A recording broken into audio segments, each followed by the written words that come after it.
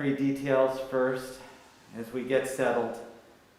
We hope those of you, wherever you're joining, wherever in the world it is, that this is a way to really mourn a terrific human being and one who deserves all the praise in the world. And we are doing it according to her wishes, which is really the most important thing. So we're going to begin with a ceremony called Kriya, which is the tearing of the ribbon. And Max and Gail and Joel, I'm going to invite you to rise. This ribbon is symbolic of times long ago when people only had one piece of clothing, and it's okay if you need to sit too, Gail, it's no problem. And they would tear it as a visceral reminder of their loss, and actually wouldn't even sew it up until after a certain amount of time, just to show how beleaguered they were. We have a symbol of it in a black ribbon. This can be transposed into different pieces of clothing, and it's meant to go with you as a reminder that your mom, stepmom are present, always with you. And even though her body had to make the journey that we all will have to, her soul is very much here. It's very much present with you and will continue to guide you through your life, and you should continue to go to it. It's also a reminder to others. When others see you, they know that you have had a loss, a deep loss. Only the most immediate of family wear it, and that they should treat you, and that you should treat yourself a little more gently than you normally would. So I'm going to invite you right now. We're going to tear it. I'm going to say the blessing. Just say Amen afterwards. Baruch atah Adonai Eloheinu melech haolam Dayan ha'emet. Blessed are you, God, King of the universe, Judge of truth. And Max did it correctly. You're just going to take it from the bottom, and if you need help, Gail, you can ask your husband there, and just tear it from the bottom. It's just meant to look torn. That's the most important part of it. How it actually is torn is less important. It's just you having that experience. Adonai natan Adonai lakach, Yehi Shem Adonai mevarach. God has given, God has taken. Blessed be the name of God. You may be seated. May that ribbon be a source of comfort to you in this difficult time. We begin the service today, as we always do, with psalms. Psalms for thousands of years in many communities, Jewish and Christian, have been a source of comfort. And one psalm in particular that no doubt Sis knew by heart. I know I have seen her so many times at different funeral services. And she was someone who understood the importance of being there for one another. So it is Psalm 23. And if you are familiar, I just encourage you to say it with me wherever you are. The Lord is my shepherd, I shall not want. He maketh me to lie down in green pastures. He leadeth me beside the still waters. He restoreth my soul. He guideth me in straight paths for his name's sake. Yea, though I walk through the valley of the shadow of death, I will fear no evil, for thou art with me. Thy rod and thy staff, they comfort me. Thou preparest a table before me in the presence of mine enemies. Thou hast anointed my head with oil. My cup runneth over. Surely goodness and mercy shall follow me all the days of my life, and I shall dwell in the house of the Lord forever. Another poem in Sis's honor. This is one of my favorite. When I die, I want your hands on my eyes. I want the light of the wheat of your beloved hands to pass their freshness over me once more. I want to feel the softness that changed my destiny.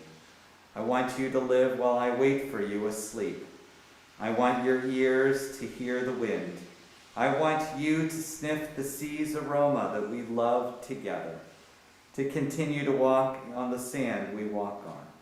I want what I love to continue to live, and you, whom I love and sang above everything else, to continue to flourish full-flowered. so that you can reach everything my love directs you to, so that my shadow can travel along in your hair, so that everything can learn the reason for my song. So we take time now to remember our beloved Clarise Snitzer. It is that feeling from the poem that really stands out, that more than her own comfort, she wanted your comfort. She was someone who would do anything for someone else. She cared for us, she loved us, she made sure that this world continued in the way that it needed to continue, and that she was willing to do anything to make that possible. It's quite a remarkable person, and I am very blessed to have known her myself. I got to see her in full flourish when she walked into Temple Sinai with Iz. It was the Sis and Iz show. They had so much confidence and grace, these little tiny human beings that walked in with just this big shadow and joy.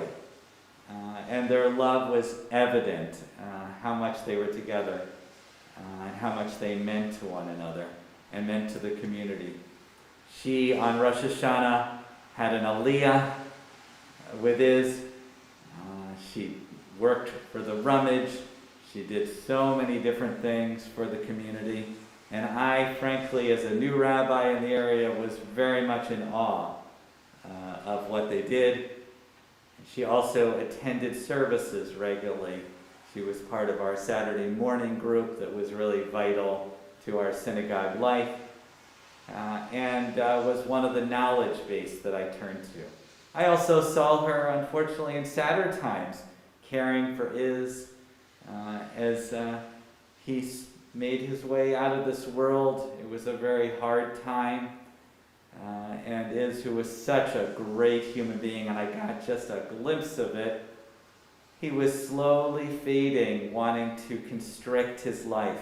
I know that was really, really hard for Sis, who loved people so much and wanted so much to go out. And I watched her go through this struggle with determination and love. She knew what was important, and she would do anything. She actually did bring Iz to services in times when it was even surprising to get him outside the door at that point because of his illness and dementia and all sorts of things he was facing. And he always did that cheerfully, I have to say. I saw her move to Canterbury Woods. I remember walking into her new apartment there, seeing the beautiful pictures. I had no idea what a wonderful artist she was. I got a whole new perspective. I think they even did a retrospect there in the hallway there of her beautiful artwork and paintings. And I got to see her settled in a new way. There was a joy to her walking around there. She knew so many people, and she was so connected into the community in ways I didn't even know. Over at Canterbury, over the years, she was the one who insisted that she bring the challah and wine. She did that without fail. And actually, when she stopped being able to do it, it caused a crisis because we didn't know who else. So a couple other people stepped in. But she started that tradition. That was a new tradition. We actually had not had services over at Canterbury. And through her help and through all that community coming together, we now have once a week services, or we did before COVID happened. That was truly remarkable. And it was wonderful to have Sis there every week. While she was there, of course, she moved to Oxford, and her life changed again. And I got to see a remarkable thing. I think sometimes things are revealed in those moments as we lose our capacity. It is extremely hard to lose our independence, ability to move around. She was wheelchair bound, and she had oxygen. And it was clearly challenging for anyone in that circumstances. But I would walk into her room at Oxford, and no matter how she was, she might have had her eyes closed, she would greet me with the warmest, most welcoming smile. And she always knew who I was. And she said, "Welcome, Rabbi. How are your kids?" Because sometimes as people are moving into Oxford, I kind of feel bad. We feel a little guilty. But she never let you do that. Max told me just yesterday that she never complained. Maybe there were 2 very brief moments of complaint at all in the whole journey. It's even with COVID and everything getting cut off, she still had that warm, warm smile on her face, and that's really remarkable. So I am very blessed and very, very sad to mourn with you. I want to share the remembrances from the family. Max compiled just a wonderful list of things that hopefully will remind future generations of all that she was. People that never met her, I do hope that they have her picture that is in our room today, and she's attending virtually through her picture and her spirit, of course. So she was the child of Max and Betty Brown, and I didn't even know this until the other day, that they were in charge of Brown's Kosher Meat Market. I heard that name quite a bit when I came to Buffalo, but it had already started closing down. There was the Nosh Cafe and some other things, but I didn't get to see that true sense. But I know, just from reputation, that it was an outstanding proprietor and something the family was very, very proud of. She had her 2 brothers, Sherwood and Bernard, and it was a very close-knit family. They lived in Hamlin Park, and that's also a place that I've heard quite a bit about. It was a wonderful Jewish area, and apparently, Max tells me, it is where Buffalo's mayor, Byron Brown, lives now, currently. So it still has that sense of esteem, which is wonderful. She was at school 74, which I think was one of those main schools over there. Like I have heard on a number of occasions, but nothing like this, she received the Jesse Ketchum Medal for her outstanding academic performance, not only once, but twice, in both the 7th and 8th grade year, which was very remarkable. And then later, when she married apparently he likely had 2. It's a little bit disputed there, but we do believe that he did, and that they likely, we can't say for sure, that it was the only time 4 Jesse Ketchum awards were in one household at one time. So she also went to school at Cornell, which was very remarkable. She had a Bachelor of Science with a major in design and environmental analysis. You could see both her scientific mind, she was really, really talented in that way, and also her artistic sensibilities that were in there as well in the design.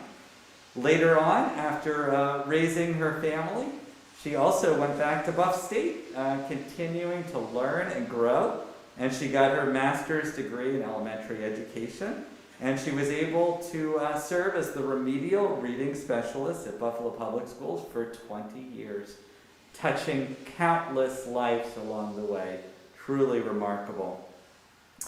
In addition to that, something that I got to see personally was her volunteer life. It wasn't enough just to work those 20 years.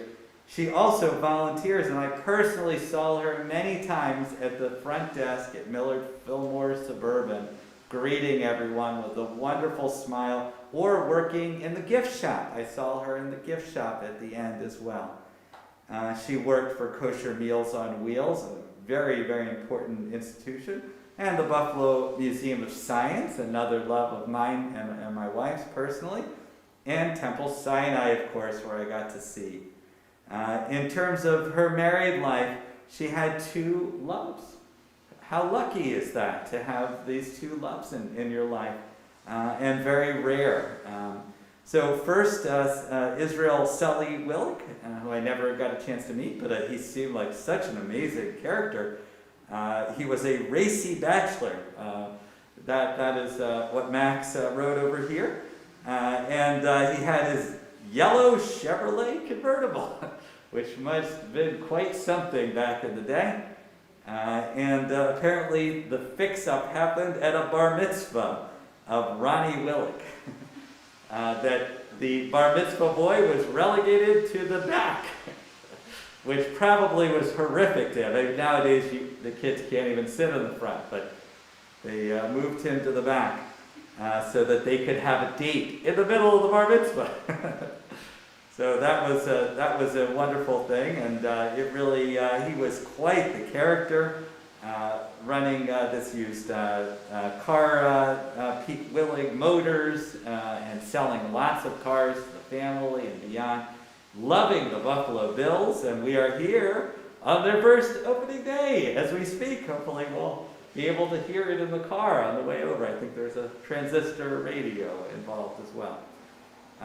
He was a very gregarious soul and wonderful, and they got along splendidly, and it was a deep tragedy that he died so young. He was older than her when they met, but just really a loss. And then she did get set up again by family, who were always looking out for her interest. It was a Rosh Hashanah dinner, I believe. And we're about to have Rosh Hashanah, so it's appropriate. It's sort of an anniversary of their meeting. Izzy Snitzer was invited over, and they just hit it off, so much so that he even kissed her right there. I love that scene, and I could see that love that here Izzy knew right from that moment how wonderful, and they had that really, really deep connection for over 20 years. What a beautiful journey, including lots of trips around the world, including to Israel. It was really quite remarkable. And Iz's family, his children, Sis embraced them and loved them with her whole might. She really didn't miss a beat. Max pointed out something really interesting, that Sully and Iz were completely different persons. You know, one was someone who loved to watch two Bills games, TVs on at the same time, and didn't necessarily read a lot. And the other was someone who would do the New York Times crossword, all of them, every Sunday, and go to the Philharmonic. But I want to disagree a little bit. They did have something really very much in common. They were both people. You know, when it comes down to, if you take all the filters off, that's really what Sis was. She was someone who loved having people around her, and both of her husbands shared that sense. I think with Iz, she pushed him a little bit, especially in later years. But I think that was something was appreciated, the family, that perfect dynamic that they had. And I want to share about her as a human being, which I know, and I think we are judged ultimately, whether it's how our acts are sustained in this world, by what we do and how we do it. And she always did things the right way. You never had to question that she would have the best instincts in mind. She was the first to visit a sick relative or friend, the first to organize a bridal shower, baby shower, the first to organize a Shiva dinner, the first to make her world-class kugel, which I do believe before I was gluten-free, I got to taste. She was the first to offer a shoulder to cry on, and the first to bring the wine and challah after services for Kiddush. And that's really quite remarkable. She always was calm. I can definitely attest to that. She stayed composed and always sweet. Most of all, she made everyone feel loved, even the rabbi. She really went out of her way, and it was wonderful to hear these kind of reflections.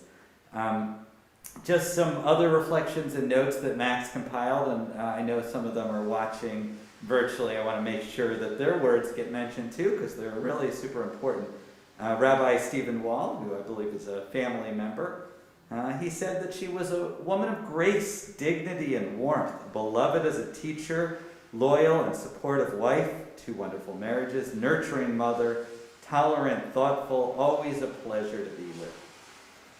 From Sis's nephews and nieces, that she was smart and witty, non-judgmental, caring, resilient, encouraging, a diplomat. She was a role model and a mentor, and she shared her love and learning and creativity. She was determined, a wonderful hostess, always prepared. She exposed others to world culture, like the Philharmonic and theater and art galleries and decor and antiques. She was always perfectly dressed. We cannot get away without saying that. Her hair was amazing. And I'm a redhead, so I love that. She loved her family, and she never forgot birthdays. And she was able to dispense tough love and no interest in excuses, which is a way of loving. From the Snitzer family, which I know are here as well, she brought joy to Izzy's life. She extensively traveled. They went to the BPO. They had these wonderful holiday dinners. And she even got Iz to golf, which was apparently quite remarkable. The beautiful paintings, how calm and mellow she was, and the happiness that she brought Iz, which I personally got to see as well.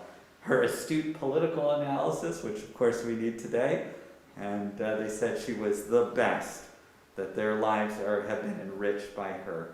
From her nieces and nephews, extended nieces and nephews as well, they had a lifetime of fond memory and fantastic cooks. She was an entertainer.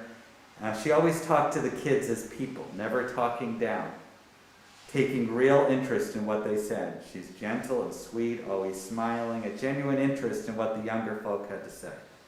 From her cousins, she was a good friend and loving, warm, and pleasant, influential on the young cousins who attended Cornell University, and all the other things and accolades.